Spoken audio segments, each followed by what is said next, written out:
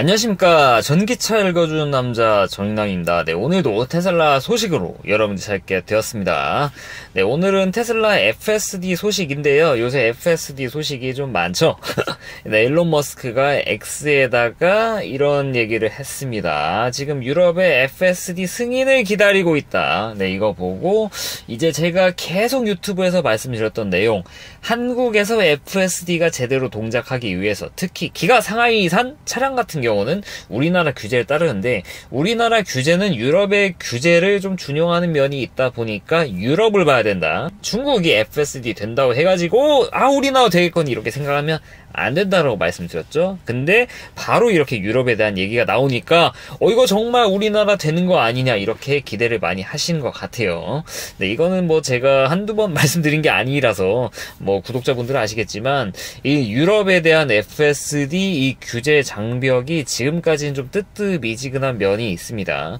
그래서 마침 또 나더 테슬라 앱에서 또 한 번 이거를 다루는 뉴스가 있어가지고 좀 가져와 봤는데요. 그렇게 마르고 닳도록 말씀드렸던 이 UNEC의 레귤레이션 157번, 이것이 바뀌어야 유럽이 가능합니다. UNEC 규정 157번은 속도 제한, 모든 자율적 결정에 대해 운전자의 확인을 요구하는 것을 포함한 엄격한 제한을 부과한다 라고 이야기를 하고 있죠. 뭐 차선 변경 같은 거 승인하는 거 별거 아닌 것처럼 생각하실 수도 있겠죠. NOA 쓰면 그렇지 않습니까? 이거를 선택할 수 있게 되어 있는데, 그냥 얘가 우측 차선 가고 싶어요 하면 그때 승인해주면 우측 차선 가는 거, 이 승인 모드 킬 수 있지 않습니까? 그거 별거 아니냐 생각하실 수도 있지만, 속도 조정, 회전, 정지, 출발 등 모든 FSD 동작에 대해서 그렇게 해야 된다, 상상을 해보라고 이렇게 기사에서 해보고 있어요. 이게 NOA 때도 좀 그런 면이 있는데, 이게 도심 주행에서 FSD 돌아가는 와중에 모든 의사결정에 대해서 승인을 받고 움직인다 해보세요.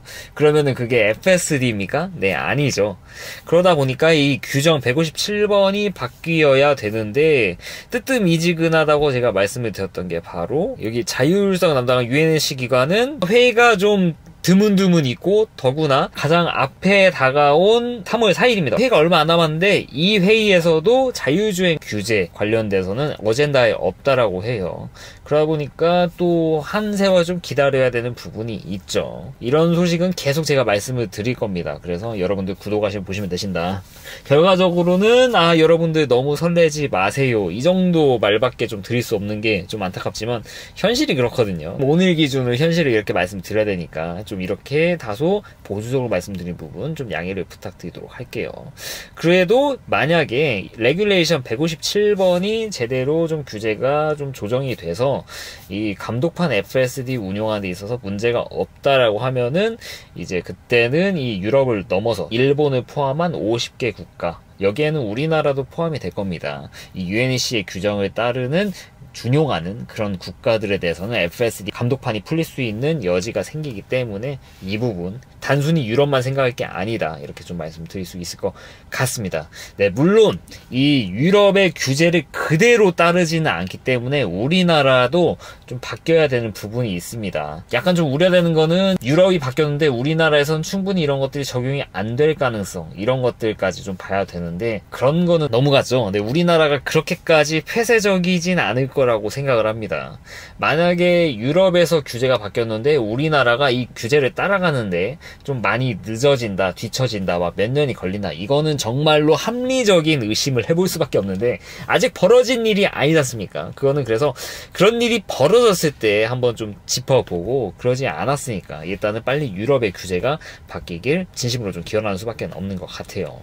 뭐 제가 말씀드리지만 미국산은 사실 이거에 좀 프리한 그런 면이 있기는 하지만, 테슬라 입장에서도 이거를 뭐 미국용 그리고 기가상하이용 이렇게 나눠가지고 한국에다가 이렇게 막 뿌린다라는 부분이 사실 쉽지는 않을 것 같아요.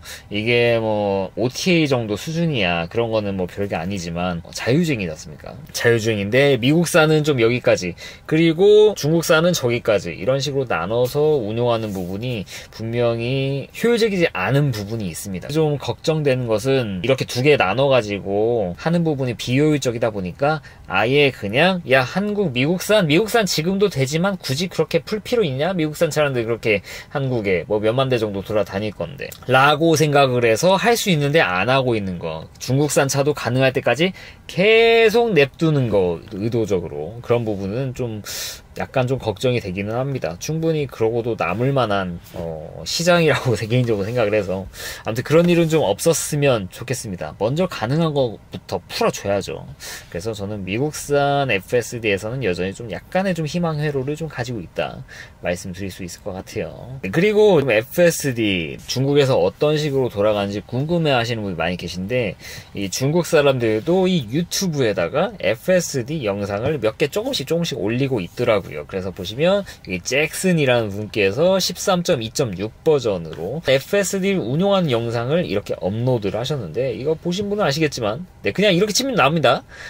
테슬라 FSD 차이나 하면은 이런 식으로 좀 몇 개 영상이 나와요. 이거 보신 분 아시겠지만 중국의 이 환경에서 이 자율주행을 하는 게 정말 쉽지 않다라는 사실을 알게 되실 겁니다. 정말 오토바이라든지 택시라든지 확확 껴드는 거라든지 갑자기 사람이 막 지나간다든지 이런 부분이 우리나라보다 더 좀 빡셌으면 빡셌지 절대 수월하진 않다. 그럼 이 영상 같은 걸 보시면 이렇게 생각하실 수 있습니다.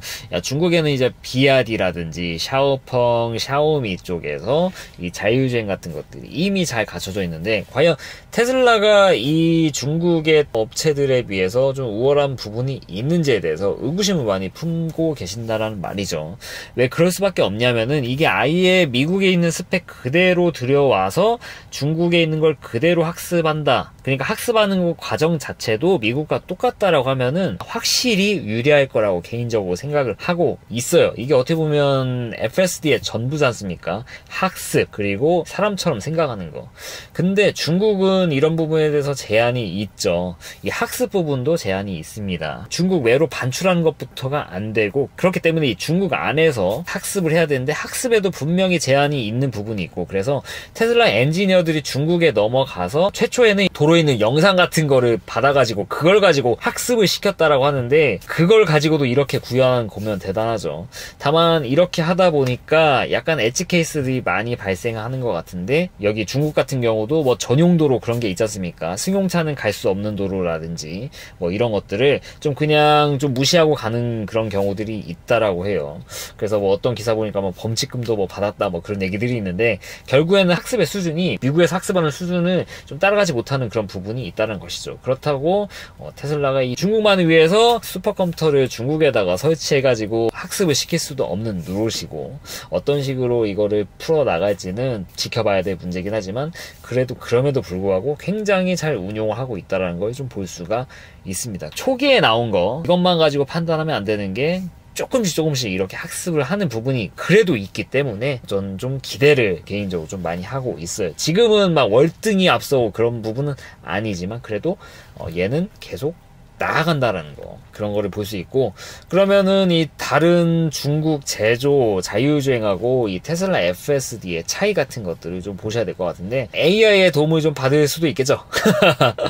네, 보시면 FSD, BRD, 샤오미, 샤오펑 이런 식으로 비교를 해놨는데, 전 이게 좀 중요한 것 같아요. ODD 운영설계 영역인데 결과적으로 범용성입니다. 범용성이 테슬라의 FSD의 핵심인 것 같아요. 다른 중국 제조사 자율주행은 그런 범용성이 좀 떨어지냐? 상대적으로 좀 떨어지는 부분이 있습니다. 테슬라보다는 V2X 뭐 이런 쪽에 좀 가깝다고 좀 봐야 될까요? 고정밀 지도 같은 거라든지 이런 것들을 중국 안에서의 이 자율주행 회사들은 적극적으로 사용을 하고 있다는 것이죠. 테슬라도 물론 지도 데이터를 사용하지만 그것보다는 직접 눈으로 보고 테슬라 카메라로 보고 판단하는 게 더 크거든요.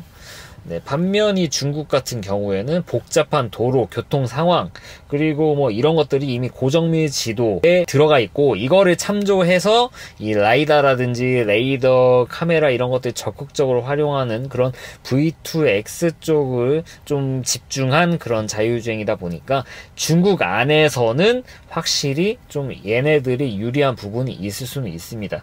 다만 단점이 무엇이냐? 여기 보면 다 뭐 BRD, 샤오미, 샤오펑 다 똑같은 얘기를 해요.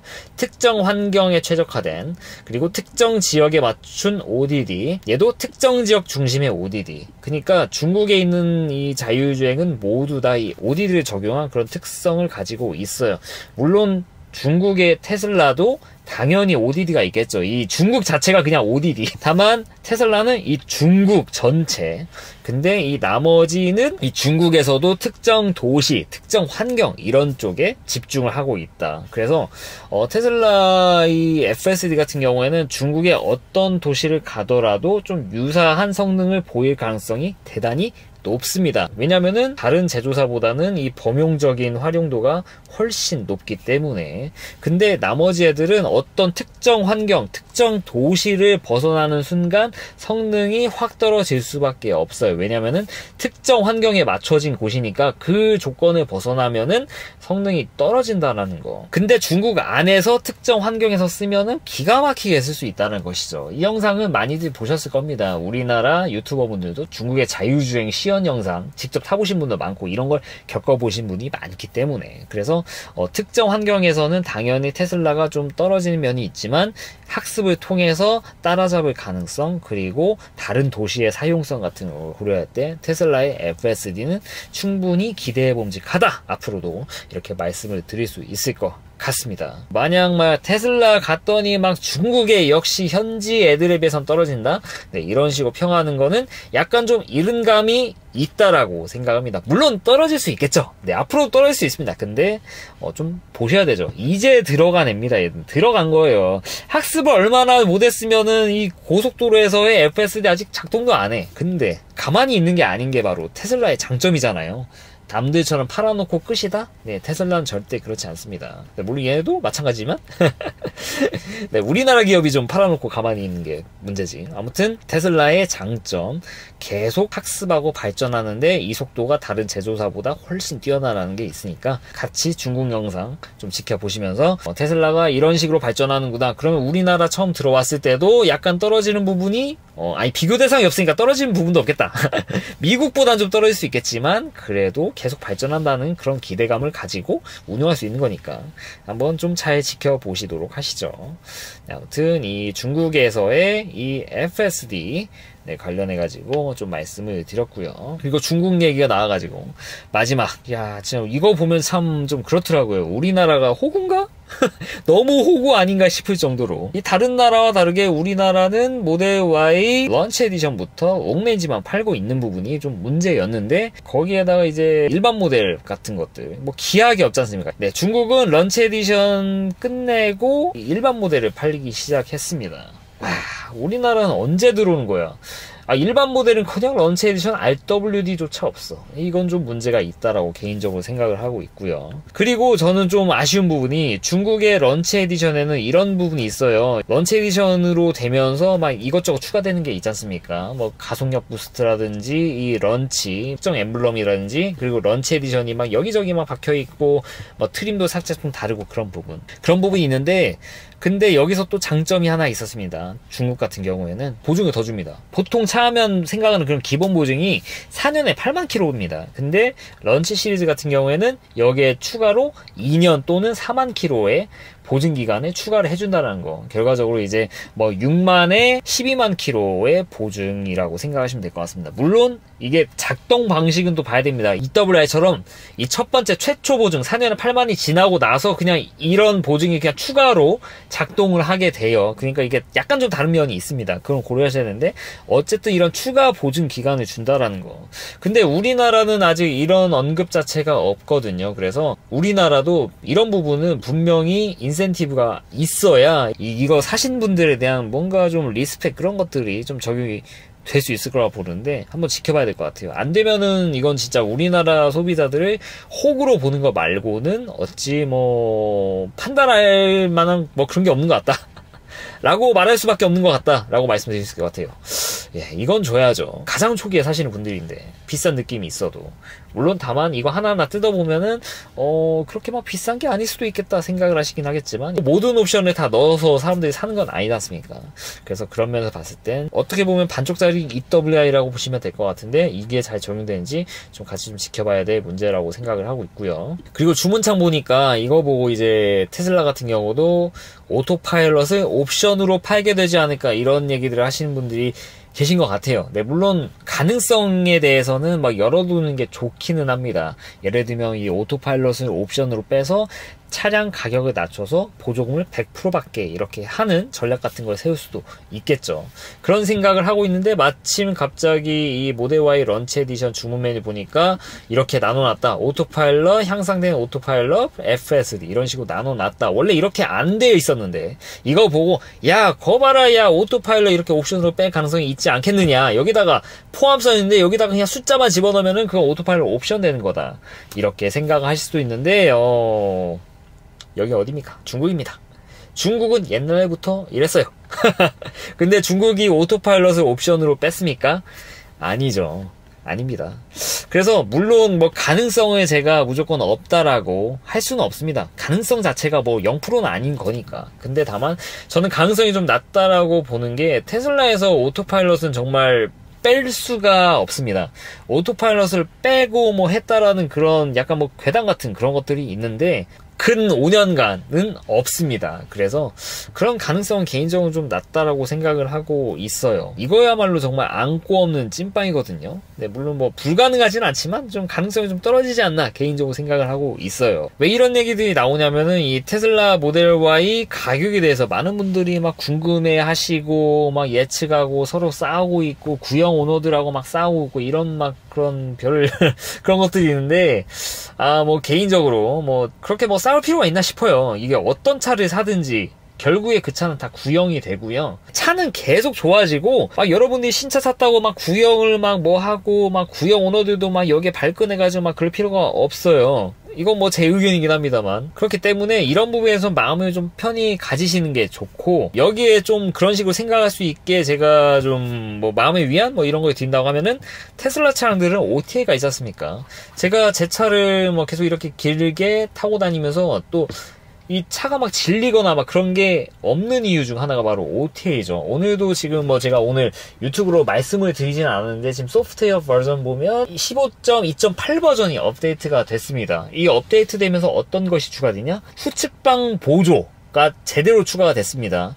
차가 오는 방향, 그러니까 후방으로 이렇게 빠꾸하고 있는데 막 뒤에서 안 보이는 데서 차가 와요. 그러면은 예전에 막 빨간빛으로 이렇게 보여졌는데 지금 이제 그쪽 방향으로 사운드가 나온대요. 야, 이게 옵션이 아니라 그냥 업데이트로 추가가 된 거예요. 이게 바로 테슬라의 장점 아닙니까? 제 차가 20년 6월에 출고받은 차인데 25년 2월인데 이 새로운 옵션, 안전 보조 기능이 추가가 된 겁니다. SDV의 핵심이에요, 이런 부분이. 그래서 빨리 산 사람이나 늦게 산 사람 막 싸우고 다투고 막 이런 부분에 대해서 좀 내려놓으시는 게 여러분들 건강에 좋지 않나, 정신건강에 좋지 않나, 제 개인적으로 좀 생각을 하고 있어요. 그래서 이런 부분에서 너무 막 걱정하고 고려하고 막 이렇게 신경을 안 쓰시는 게 좋다. 네, 그런 식으로 테슬라 어떻게 보면 이제 6년 차죠. 5년 타고 있으니까 6년 차 오너인 전익남이 이렇게 좀 조언을 해드린다라고 말씀드리고 싶습니다. 이상 전기차 읽어주는 남자 전익남이었습니다. 앞으로도 유익한 주제를 가지고 여러분들 차 읽도록 할 테니까